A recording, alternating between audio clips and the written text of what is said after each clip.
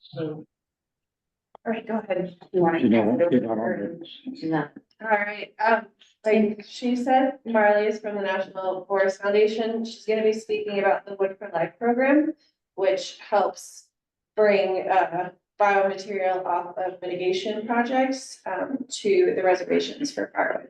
So it could be an option for us with wildfire adaptive programs to have that incorporated into our mitigation projects. So if landowners want to donate, that'd be a good way of moving their extra wood off their property if they're not gonna use it. Oh, that's very Thank you for being here, Marley, and we'll hear what you have to say. Thank you. Well, Celeste, that was a great summary. That's basically what the partnership does. So like I said, yeah, I work for the National Forest Foundation. We we basically do a lot of things that the Forest Service does. And we have staff all across the country in all the different regions. But like I said, I work super locally here on the San Juan National Forest. I'm not there right now on a work retreat, but here as in where you guys are.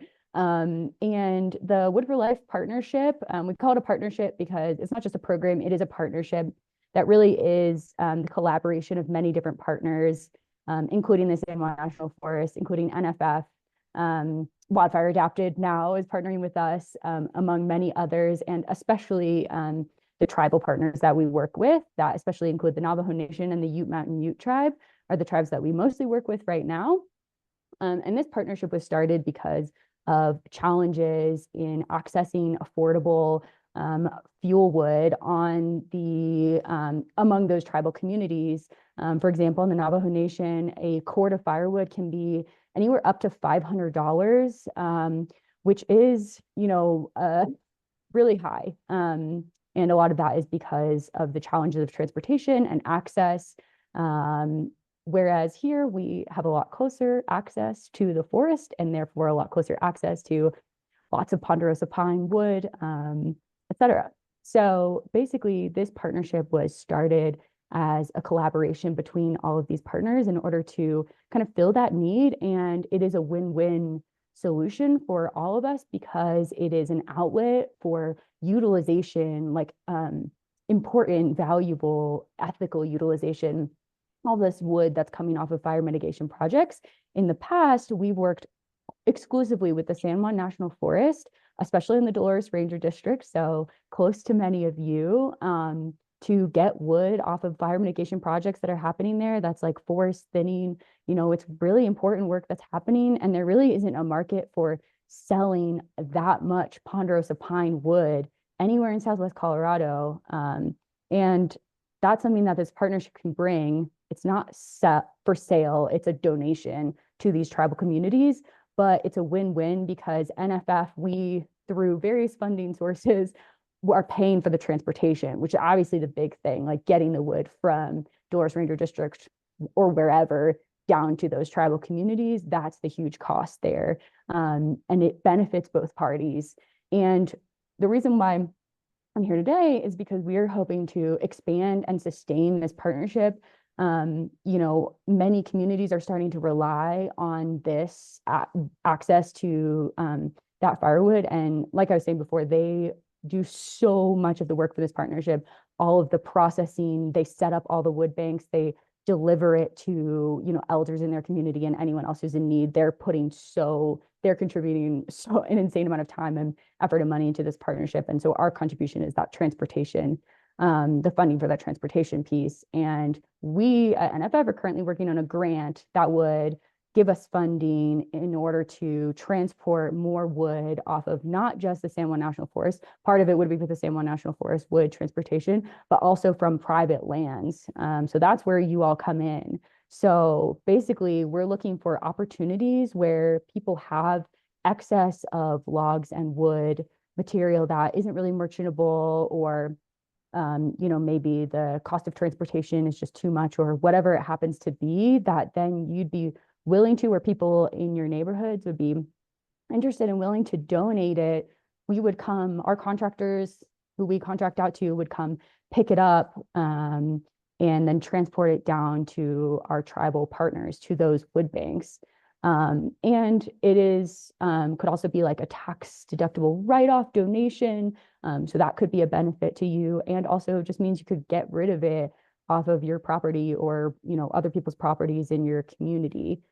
So this is really like an informational, you know, presentation for me to learn from you guys and you guys to learn from me what this partnership is about and why it exists and why it's important. And then for me to hear from all of you, or just kind of put the seeds in your mind of, is this something that you or people like in those neighborhoods would be interested in, or feasible at all? Again, like I was saying, we're working on this grant, but we haven't gotten it. We have, you know, a lot of excitement from the people, the grantors, which is the State Forest Service, about it. So we're obviously very hopeful. We wouldn't be going down this path if we didn't think it was likely to get the funding, but it's not 100% yet.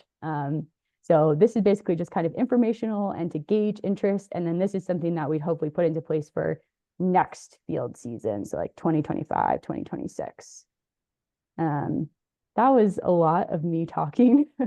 Does anyone have any questions about anything I said, or is anybody like, oh, that sounds really interesting, or no interest, or yeah, I don't know.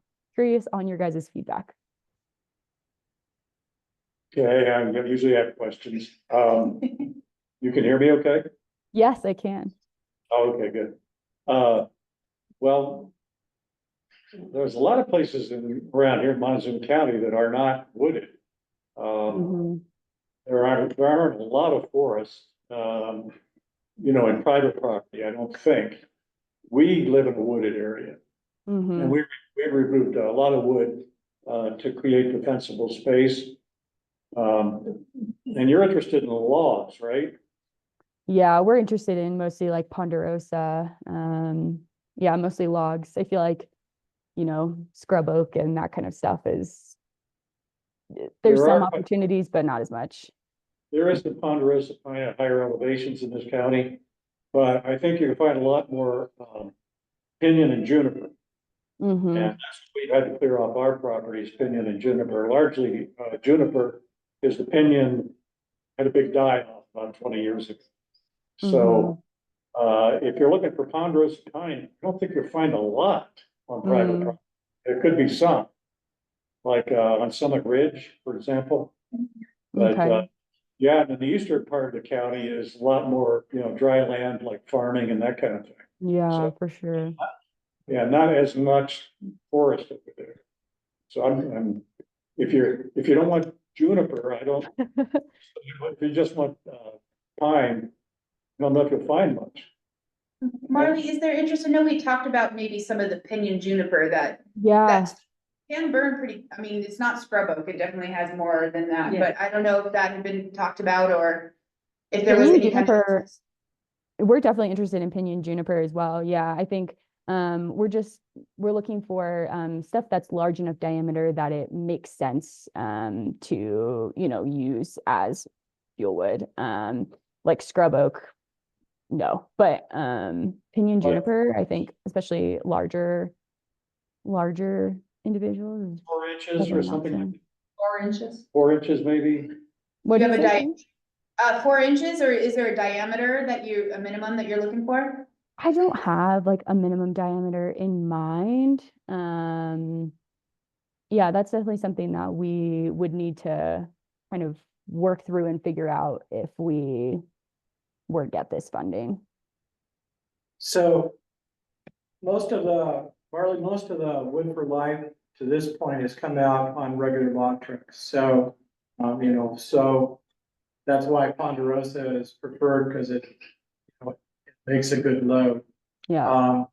Is there opportunities to do something other than log trucks, for example, flatbeds, things like that, that we could tie down something? Absolutely. Yeah. So were we to receive this funding, NFF's main role in this is to put out, you know, like RFQ and get bids for contractors to do the hauling. And we can obviously kind of put out what we need for that hauling. We can definitely move into different, yeah, like we don't have to just use big log trucks. we can look for contractors who can do other transportation. Yeah, so is this a Wood Innovations grant or is this something else through? I Yes, believe it's for Yeah, her. this is Furworm. Yeah, I should have said Okay. that earlier. I just forget all the words Acronym. and acronym. yeah, yeah, We can- My brain is full of acronyms.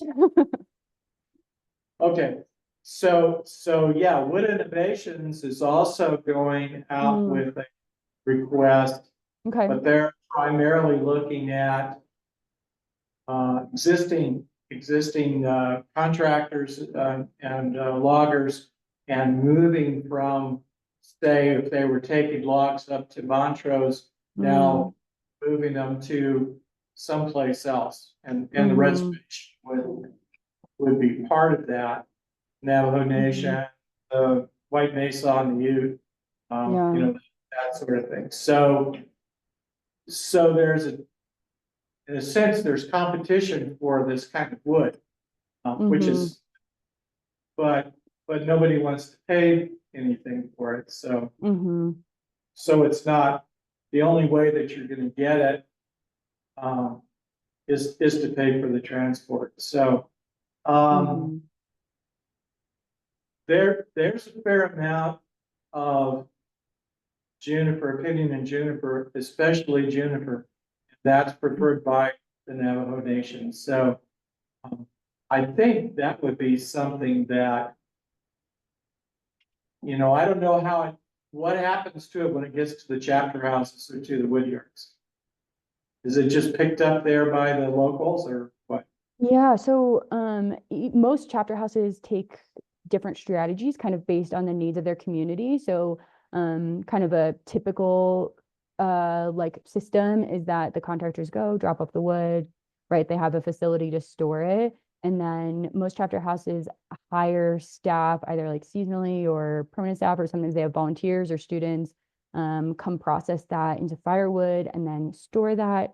And for example, like Chinle chapter has a whole complex system for the order in which people get wood. So they have some firewood delivered, especially to people who, you know, it'd be challenging for them to come get it and pick it up and that kind of stuff. And then like as they work their way through the system, then they have some people come pick it up themselves and bring it back. So it's just kind of like, you know, everybody has their own system, but a lot of it is firewood delivered to people in the community, and some of it is being picked up.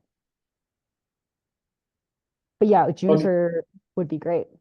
Back to what you were saying. Tribes are responsible, you just get the logs there and then they process it into firewood. Exactly, yeah. NFF is only responsible for the transportation. Our only piece with our tribal partners is just as a collaborating partner, and yeah, just support them however we can. We're hoping someday to have some kind of funding that could help us help them process it. Right now, we're looking at some opportunities to like buy firewood processing equipment, or chainsaws or better equipment, that kind of stuff. But for the most part, we're just a collaborating partner in that, and our only role is transportation. What if it's already in firewood lengths? Juniper Yeah. logs tend to be really gnarly, so they don't lend themselves to being very neatly stacked into a truck or anything. Totally. Yeah. I mean, I think that's great. We would just look for some opportunities for like hauling and transportation where we could get material down that's already in that firewood size, but I think that's totally doable. And that's even better from my perspective, at least. I'd want to talk to the tribes as well, but you know, then there's less processing needed, makes it faster. The only thing I can see is, you know, then the cost of bringing a load down is probably overall a little more per cord. But, you know, I think that's something we could figure out and is a good opportunity. Take it as much air. What does the Forest Service do with wood when they thin forests. Well, that's where the majority of the wood for life is coming from at this point. Do you have numbers on how many loads over the last couple years? Cause that, so far, Yeah, it's all totally. Forest Service, right? Yep, right now, just from the Dolores Ranger District. I think last year was like 200 and something loads, right around there. Each load is at least 12 quarts, sometimes up to like 20. And right now we're at just over like 100 for the year, hoping to do 200 again this year. Our goal in the future is to do up to like 500 loads, maybe. I mean, that's like, our dream. I think the interest and need is there, and the wood definitely exists. It's just a matter of connecting the wood to the funding, to the transportation, to the chapter houses, to the wood banks. Some others, and maybe Bruce, you would know this, they have contractors that will sell the wood or take it. Like they're responsible for taking it off and selling it, but there's not a huge value. I've heard for, Right. my gosh, Timber Age for their, I don't know if you guys are familiar with that company, but they make wood paneling from some of that local wood. And cross laminated, thank you. So they were offering, I think it was for 60 logs, about $80 for Pollett's, Falls Creek Ranch is what they offered to pay for that What wood. kind of wood? In Ponderosa. So, That sounds and about there's just right.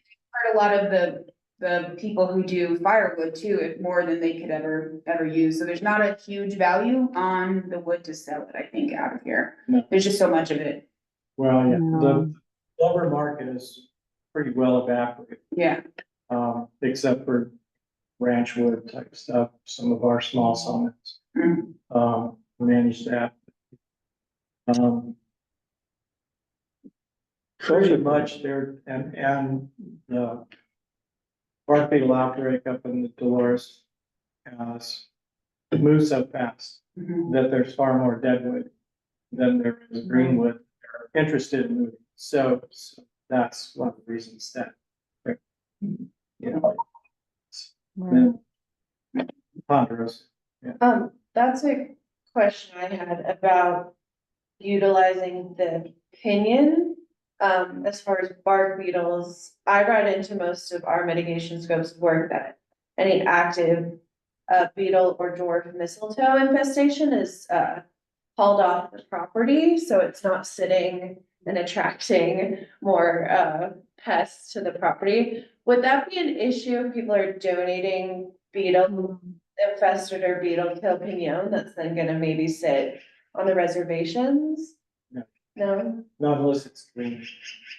Yeah. so the deadwood, Deadwood, oh, green, and I'm thinking green in terms of like, if I tell them they have to take down some pinion for mitigation, what should that be excluded from if it donation? was green at the time that you harvested it. Depending on the time of year it was harvested. Yeah. So basically, if it's through the summer. Which our Then- field season is, then, yeah. unfortunately. But a lot of people do it. Personally, I cut in the winter because. Yes, yes, yes. So on my property, yeah, by the time, summer rolls around, it's pretty well dry and the attractiveness to bark beetles is minimal. So that, I mean, it depends on how you want to manage it. You know, if you tell people that and then they harvest it in the summertime and say, oh no, it was harvested in the winter, yeah, you've got an issue, but, no. And the ponderosa, as soon as, one season passes, the beetles are gone. Or dead, depending on the logs lay out in the sun. A lot of the beetles die anyway. They can't handle heat. So, Marley, I think you're still working on this and the type of contractor you use in the hauling, but is there a minimum that you're looking for? Some of the projects are small, some are bigger. I mean, Mancos Conservation District's treating 40 acres in some of those, or like a community project that might remove more trees. I mean, have you guys talked, I guess, at a minimum? Or if some neighbors are all doing mitigation, it could be one Yeah. stop community? We haven't talked about a specific minimum, but like getting to what you're saying, yeah, I think it's gonna be necessary for it to be like a group of neighbors all doing work at the same time or within a short period of time, and we can just do one pickup from there. Or yeah, some of those like larger projects, like if it's just one house kind of like out a little few miles from any other neighbors that are also doing fire mitigation work, that probably won't work. Like we want it to be larger communities, like talking about like for Lapata County, like going to the Forest Lake subdivision is great because obviously there's just it's so forested and there's so many people there. So would it make sense if a neighborhood organized potentially by our investors, multiple people in an area collected, donatable wood that then could be transported, or if there was like a drop point That within would a be neighborhood or a perfect. town? Would that work?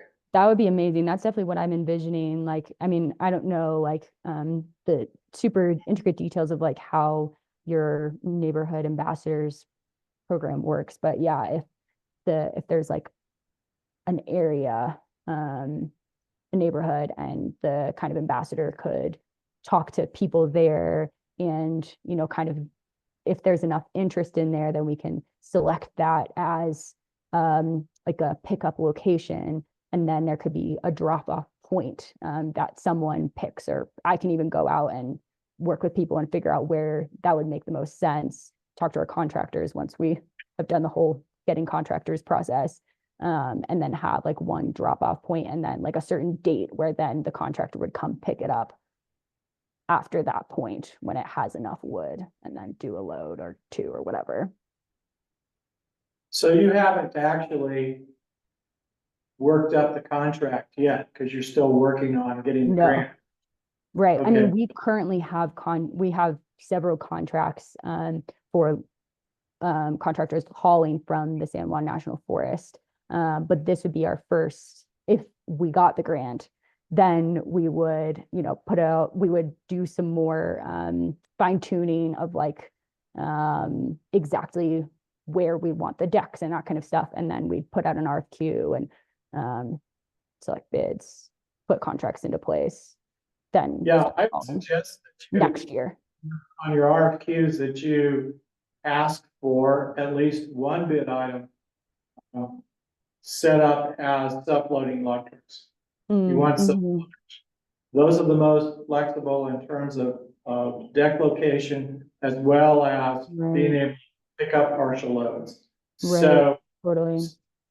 I would set it up so that you've got one bid item just as regular log truck with moving that transport, but another bid item was as requiring self-loaders. And then you can move those. That's a great point. Yeah, well, I'm a forester and a logger. I can tell. Amazing. And yeah, that is how we currently set up our RFQs and contracts already. So, but before we go down that path, I will come back to you guys and make sure I have all of your input before we put those together. If everything works out the way we want. You're looking at, for an individual landowner, maybe you've got half a dozen large pinions, junipers. They can get it out to a road. Then you can get it on a subfloor. Option two, if we're partnering this with our cost share mitigation projects, would be having the contractor who's doing the mitigation work, adding into his bid, putting all the donatable wood into a pickup location. Yeah. Before they wrap up the project.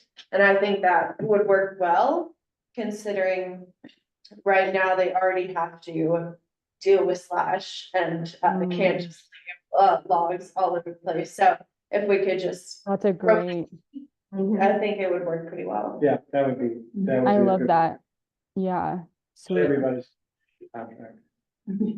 Right, Everybody can haul yeah, trucks. I think determining whether or not a private landowner wants to be involved in this program would have to be done prior to the scope of work and the mitigation work beginning, so we can just have it all kind of organized. And then they do the project and then it's ready to be picked up. Right. I think, then- yeah, if I have a request for all of you, if you choose to accept a mission, just start talking to people about this partnership and, you know, why it's valuable. And I hope I did a good job of persuading you that it is important, because I truly do, and we all do believe that it is. And even if we don't get the grant, the firm grant this year, we'd find out like in the winter if we did get it. So if we do get it, then at that point we can start ironing out the rest of these details. But even if we don't, we're going to apply again next year, unless the state forest for some reason is like, this is terrible, but they're not going to say that because they already like our program.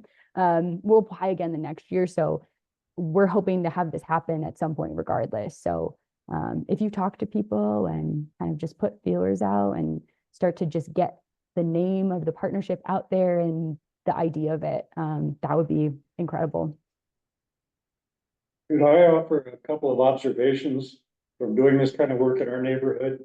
Yeah.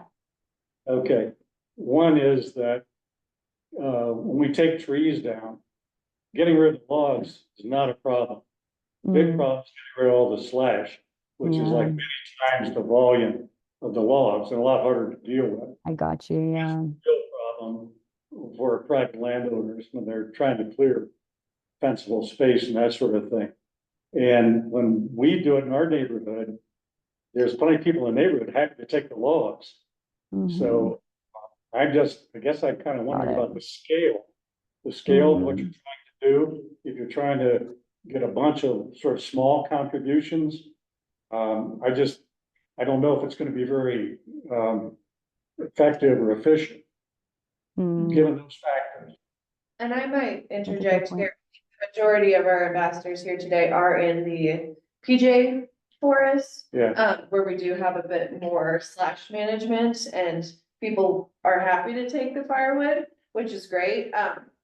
And I'll just say I do a fair amount of site assessments and projects that are north of Summit Lake, north of 184, that are Ponderosa, and landowners who don't want to burn the Mm. Ponderosa, creosote and everything else, or have so much they can't give it away.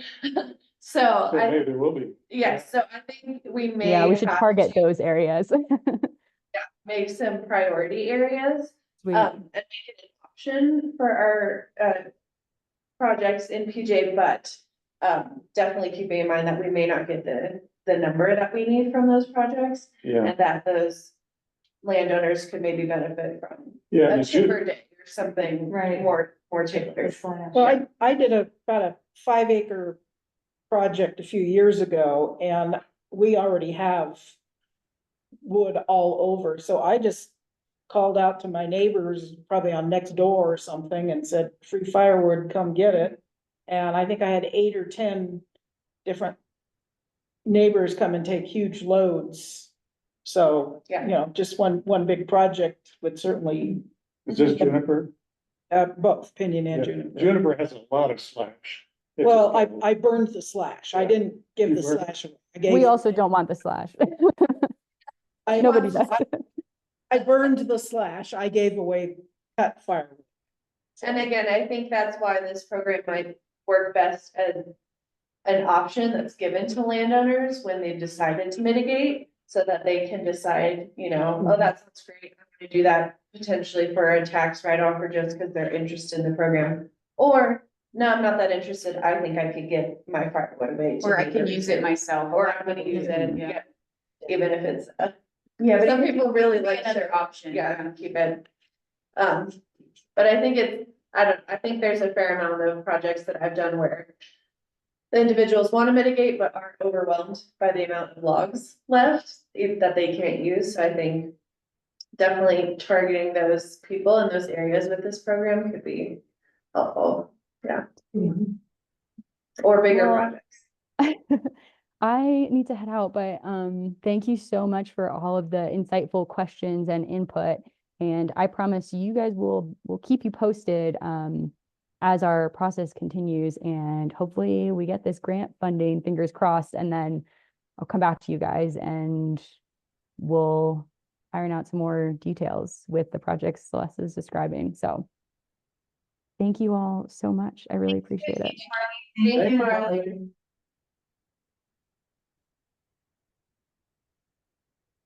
So I'm going to get this spelling.